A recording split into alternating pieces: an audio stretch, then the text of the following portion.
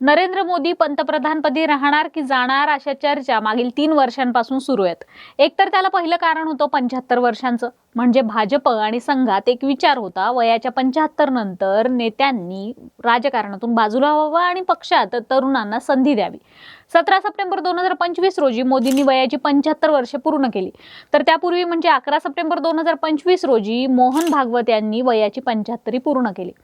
पण ना भागवत रिटायर झाले ना मोदी, उलट दोघांनीही एकमेकांना शुभेच्छाच दिल्या। पण आता पुन्हा एकदा नव्याने चर्चा सुरू आहे। त्याला कारण ठरलंय अमेरिकेतील एप्स्टीन फाईल्स प्रकरण। आता हे एप्स्टीन फाईल प्रकरण नेमकं काय आहे, अमेरिकेतील या प्रकरणाशी भारताचा काय संबंध आणि त्यात मराठी माणूस पंतप्रधान होईल, या सगळ्यांचा एकमेकाशी काय संबंध आहे, हेच आपण या व्हिडिओतून जाणून घेणार आहोत। नमस्कार, मी अनुजा आणि तुम्ही पाहताय कार्यारंभ। जेफ्री एप्स्टीन हा अमेरिकेतील एक श्रीमंत फायनान्सर होता। तो अतिशय श्रीमंत आणि प्रभावशाली लोकांचे पैसे गुंतवण्याचे काम करत होता।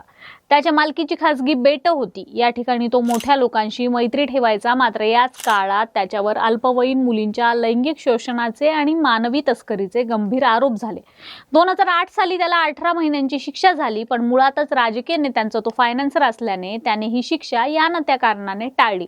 पुढे 2019 मध्ये पुन्हा एकदा त्याला अमेरिकन पोलिसांनी अटक केली। त्यात त्याच्यावर 2002 ते 2005 दरम्यान अल्पवयीन मुलींचे लैंगिक शोषण केल्याचा आरोप ठेवण्यात आला।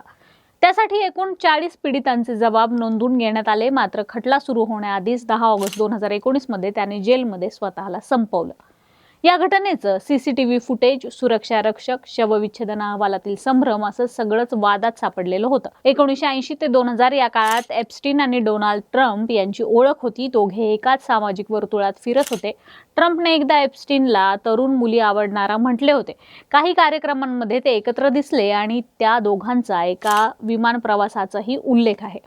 मात्र 2004 मध्ये दोघांमध्ये एका आलिशान घरावरून वाद झाला।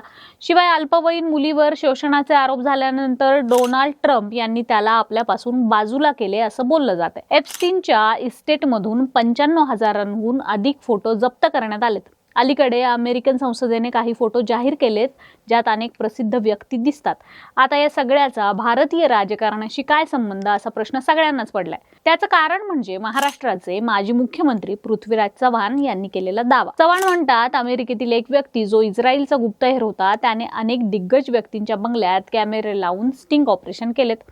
आता लवकरच तो अनेकांचा पर्दाफाश करणार आहे, त्यामुळे अमेरिकेत मोठा धुमाकूळ होणार असं चव्हाण यांनी सांगितलंय।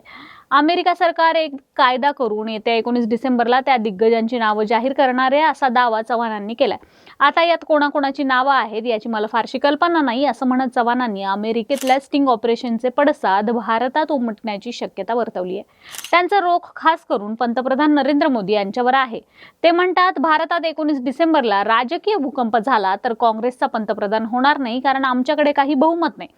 पृथ्वीराज चव्हाणांनी हे स्पष्ट करतानाच असंही सांगितलंय, पण एप्स्टीन फाईलमध्ये भारतातील काही नावे असल्याची चर्चा होतीये। त्यात पंतप्रधान नरेंद्र मोदी, उद्योगपती अनिल अंबानी, भाजप नेते हरदीप सिंग पुरी, लेखक दीपक चोप्रा यांचा समावेश आहे। तर आज ठाकरे गटाचे नेते भास्कर जाधव म्हणाले, पृथ्वीराज चव्हाण हे एक अनुभवी नेते आहेत। त्यांनी दिल्लीत व पंतप्रधान कार्यालयात देखील काम केले, त्यामुळे त्यांची वक्तव्य कधीही उथळ नसतात। ते जे म्हणाले त्याला गांभीर्याने घेण्याची गरज आहे असंही जाधवांनी सांगितलंय। आता थोडं भाजपच्या अंतर्गत राजकारणात काय चाललंय ते पाहूया। गेल्या वर्षीच खरं तर भाजपच्या राष्ट्रीय अध्यक्षाची निवड होणं गरजेचं होतं, पण पक्षातील काही तांत्रिक बाबींमुळे ही निवड लांबणीवर पडत गेली। पण आता पक्षाने राष्ट्रीय कार्यकारी अध्यक्ष निवडलाय। नितीन नबीन हे त्या पदावर बसलेत। कदाचित येणाऱ्या काळात त्यांच्याकडे राष्ट्रीय अध्यक्ष म्हणून जबाबदारी दिली जाऊ शकते। नितीन नबीन यांना अध्यक्ष करण्यामागे एप्स्टीन फाईलचं प्रकरण तर नाही ना, अशी देखील शंका आता उपस्थित होते। उद्या जर ही फाईल आपल्यावर शेकलीच तर पक्ष संघटनेतून आपल्याच विचारांचं नाव पुढे येईल याची तजवीज मोदी शहा या जोडीने करून ठेवली नाही ना, हे कशावरून? पंतप्रधान पदाच्या शर्यतीत जी नावे चर्चेत होती ती नावे अलगदपणे बाजूला करण्याचं काम मोदी शहा या जोडीने केलंय।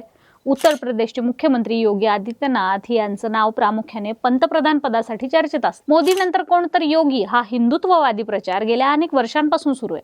पण योगी यांना शह देण्यासाठी भाजपने कालच तिथे पंकज चौधरी नावाचे प्रदेशाध्यक्ष निवडले। ते योगींच्या मर्जीतील नाहीत असं सांगण्यात येत आहे, म्हणजेच योगींसाठी तिथून पर्याय देण्यास सुरुवात झाल्याचं दिसतंय।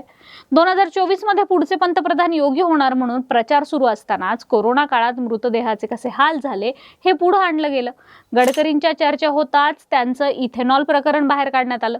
इकडे महाराष्ट्राचे मुख्यमंत्री देवेंद्र फडणवीस वरचढ होतात असे वाटलं की अमित शहा एकनाथ शिंदे यांना हवा देण्याचं काम करताना दिसतात.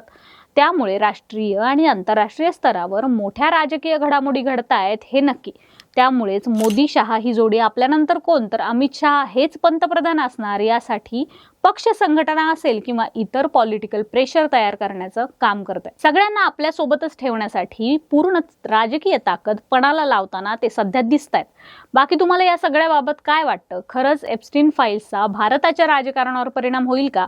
तुमची मतं आम्हाला कमेंट करून नक्की सांगा. व्हिडिओला लाईक करा, शेअर करा, कार्यारंभच्या यूट्यूब चॅनलला सबस्क्राईब करा.